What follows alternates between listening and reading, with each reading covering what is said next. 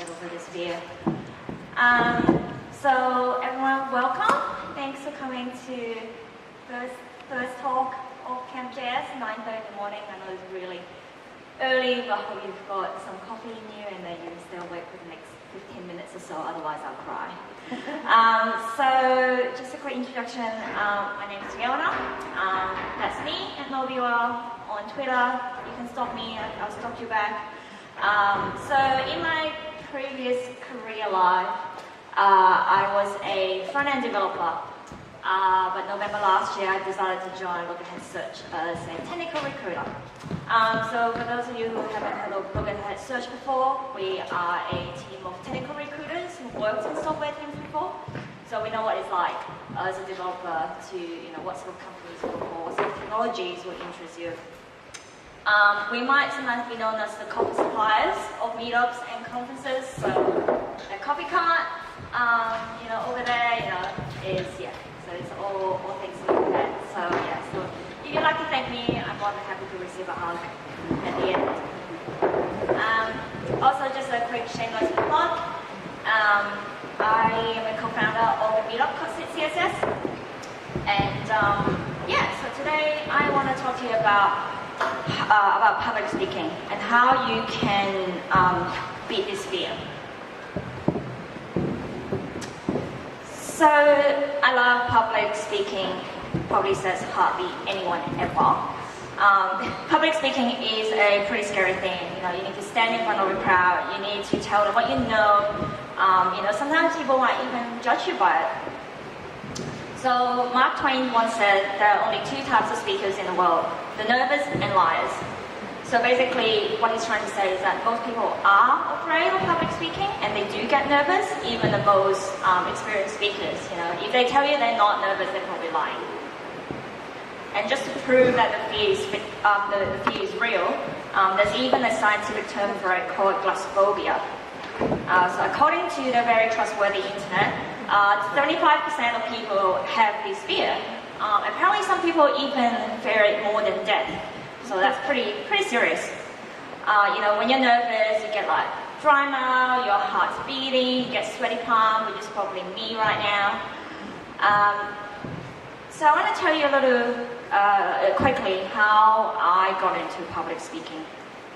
So about 3 years ago, my lovely friend Jared, he sent me a text one day and said, "Hey, I don't want to do this talk at the Web Directions What Do You Know event, so I've decided to put your name in." Like, he didn't even ask me if I wanted to do it. He's like, "Yeah, you're doing it." And I was just like, no, why would anyone want me to talk about? What can I talk about? And I just sort of ignore it. But like, if anyone knows Maxine from Web Directions, like, she's like super organized, and like within minutes, she sent me an email and said, "Hey, Jared dropped you in. Would you like to do a 5-minute talk at Web Directions with like 100 people?" And I was just like, no, but okay. So I was like really nervous, even just from seeing that email. Like this, I call this like my little fear monster. He started giving me all these voices, starting telling all these negative thoughts like what if your presentation is wrong? Everyone already knows what you know, so why would anyone want to listen to you? What if they hate your presentation? Or you're not even a good presenter, like why would anyone want to hear you present? So I think a lot of these thoughts are quite common to a lot of us, so I just want to explore them a little bit. So the number one reason that I always hear from people is that everyone already knows what I know. But the fact is, not everyone knows what you know. I think it's quite easy for us to often overestimate our audience. We assume all the audience would know everything. We assume all the audience is at the same level of knowledge. Sometimes we can, make so much assumption that we skim over some of the, basic and fundamental things in our talks, and we forget that, often an audience is a mix of people from all kinds of background, all kinds of level of knowledge. So I once did a talk about CSS selectors at a conference, and I thought that was pretty basic. And I thought that everyone would think that's basic, everyone would already know what that's all about. But the fact is, no, that wasn't true. And people actually came up to me afterwards and said that they've actually learned a few things. So yeah, I really appreciated that. And I think everyone, when they present, they explain things a little bit differently. And it's quite good when someone can, rather than speaking as an expert, you talk about things from your own experience, talk about the problems you've had, talk about how you're able to get over certain technical challenges, how you came to a conclusion. So I think all these things will make the audience be able to relate to your presentation a lot more and make your talk a lot more relatable. Another reason that I often hear from people is that I'm not good at public speaking, so I shouldn't be doing this. But the fact is, no one ever starts as an expert. And then you have all these amazing TED speakers, they do amazing jobs, and I bet none of them, as a baby, started out as being a great public speaker. They all became great because they had lots and lots of practice and years of experience. And I was doing some Google researching because they're very reliable. One of the TED speakers said that she rehearsed her talk, which is 15 minutes, 200 times. That's how many times she rehearsed her talk to become really great. And she was great. I watched her talk and she was amazing. And that's just to show that, practice is probably one of the most important things that we can do to become better at anything, especially public speaking. And we all need to start from somewhere, and like anything, practice makes us better. But first, you need to be able to, step outside of that comfort zone, and just, give it a good go. Another fear that people might have is that the audience is going to hate my presentation. No one wants to listen to it. So the reality is, some people would really love it, some people may not, and that's just how it is, that's just how people are. But I would say most people are very supportive, when you give a talk in front of them. Everyone will want you to do well. No one is ever going to go into a talk and think, oh my gosh, I hope this person's going to screw up and they're going to forget the slides and the talks and all that. No one is ever going to think that, right? Well, I hope at least they don't. So I think, with your talk, try to focus on the positives, but at the same time, make sure that you get some constructive feedback from the audience or from people you know and trust, from the event organizer even. If you're really worried about your talk before giving it, you can always send the event organizer your slides or a talk outline just to get them to have a look at it and make sure that you're on the right track and ask them what they think. Another reason that people say they don't want to do a talk is that, what if I say something wrong? And I think a lot of the times, there's no really right or wrong, especially in technical talks. It might just be your approach to solving the problem is a little bit different. So, for example, if I give a talk about CSS architecture, there's just all kinds of ways you can do it. There's no right or wrong way. Just because one company does it one way doesn't mean that you have to follow it that way. So just because your approach is wrong, it definitely doesn't mean that it's wrong. Just because your approach is different doesn't mean that it is wrong. So now you might be thinking, okay, maybe public speaking is not too scary. But why should I put myself through all this stress? So there are many benefits that come from public speaking, and I can tell you from my personal experience. The first thing is that it really improves your critical thinking. You have to, pick you have to, pick a topic. You have to work out the structure of your talk. All these things requires you to be able to think critically. What is the most important thing I want to put in my talk? You don't want to be putting everything in your talk and waffle on, and the audience falls asleep. And all these things needs to be considered within the time limit as well. Usually, when you give a talk, 5 minutes talk or 20 minutes talk, that's not a lot of time. And of course, public speaking improves your communication. Being able to explain things in a very succinct and engaging way, as well as within the time limit, that's quite a skill, and that all takes a lot of practice for you to become better at it. And obviously, good communication skills help in every aspect of your life, not just at work, but in your personal life as well. And the more you do it, the better you become at it. And it definitely builds up your confidence.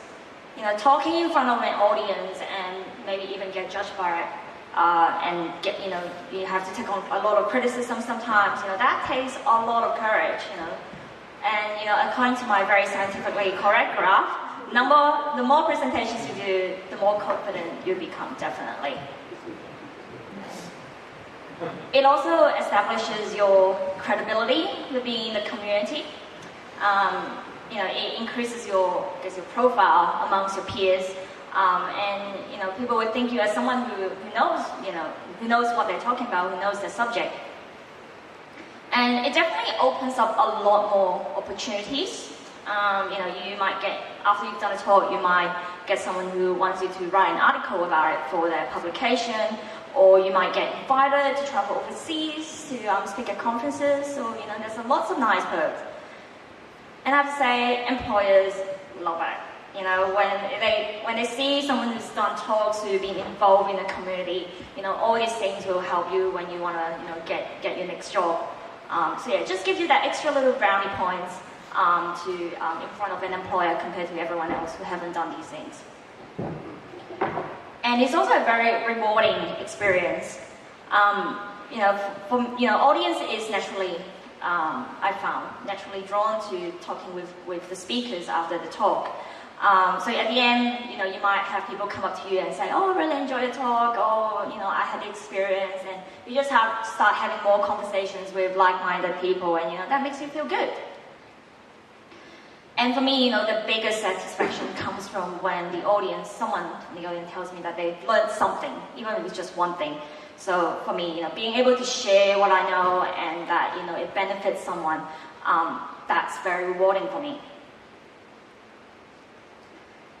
So now you're thinking, okay, all right, you probably convinced me that, I should give public speaking a go, but how should I go about starting it? So first thing, you have to pick a topic. Talk about something that you are passionate about. You can also pick a topic that you can do a short talk on. So if this is the first time you've done something, do like a 5 minutes talk or 10 minutes, or don't pick anything that's gonna allow you to go for like 40 minutes and you have to do like 200 slides, because that's just gonna take you way too much time. You're going way too stressed out. And it doesn't even need to be a topic that is groundbreaking. You don't need to come up with a technique that no one from around the world has ever done before. It can just be a small topic that is explained really well. And people love, hearing about other people's personal experiences. So, speak from your experience, speak from what you've learned and how you went about solving the problem. Like, case studies are always really good in a talk. Then you have to decide where you want to do this talk. So you can present at work amongst people that you already know, people you're already comfortable with. That's often a really great place to start.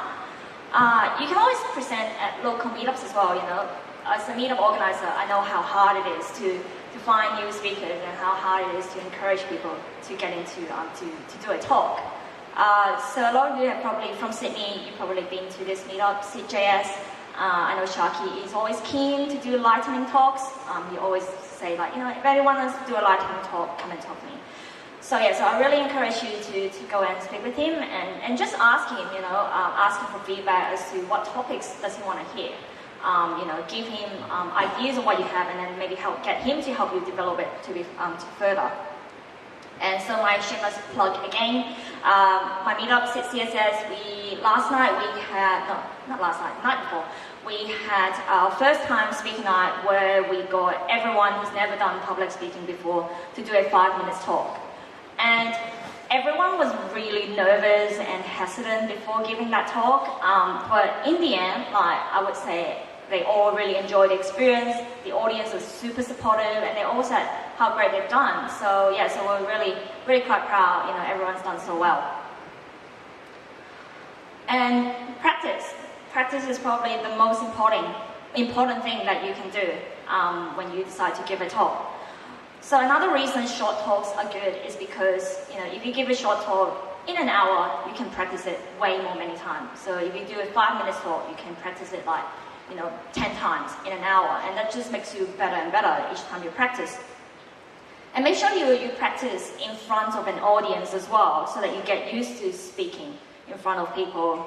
If you're just sitting in your laptop and you're just going through your slides, that's completely different. Once you start giving a talk, people giving you feedback, you notice all kinds of things. You might be speaking faster, or you might be getting nervous and you forget your notes. So yeah, the more times you practice in front of an audience, the better. Okay, so how do I feel about public speaking now? I definitely feel more confident after I've done it a few times now. Was I scared about giving the talks before? Yes. Still a little bit nervous now, but that little fear monster is still lurking behind me and saying you're gonna forget your notes and all that. But I think having done public speaking a few more times now, I'm able to tell that thing to just shut up and go away. Public speaking has definitely changed me. It's given me a lot of opportunities to speak at a couple of conferences, write a short article for publication, and it also gave me enough confidence to start my own meetups at CSS and needing to MC with my friend David every time. So yeah, every time we have to we don't even have notes, so we just have to sort of come up with something to say each time we stand up there in front of an audience. So yeah, so I would definitely, one of the biggest things I got out of public speaking is just a lot more confidence. So I hope my talk was able to encourage some of you to think about doing a talk.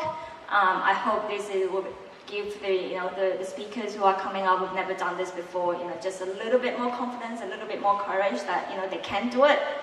And if anyone is interested in giving a talk sometime or want to get some advice or chat about anything, I'm around for the whole weekend, so feel free to come and talk to me about an idea that you might have, or if you want to get some feedback as well. And hopefully I'll see some of you giving a talk somewhere sometime. Thank you.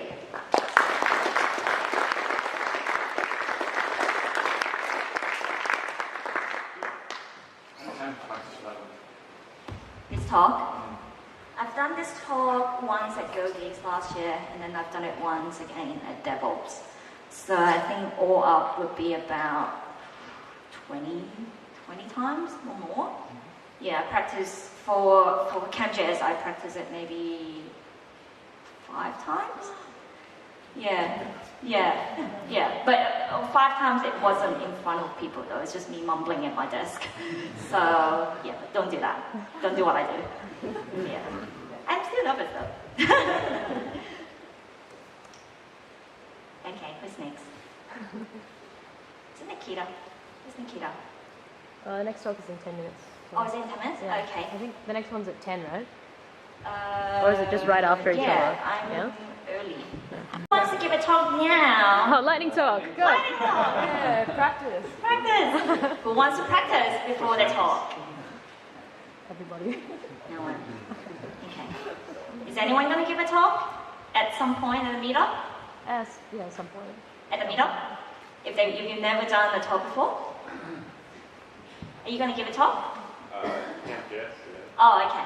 Who's never done a talk but going to give a talk after my talk? Because they feel so inspired. All right. No one.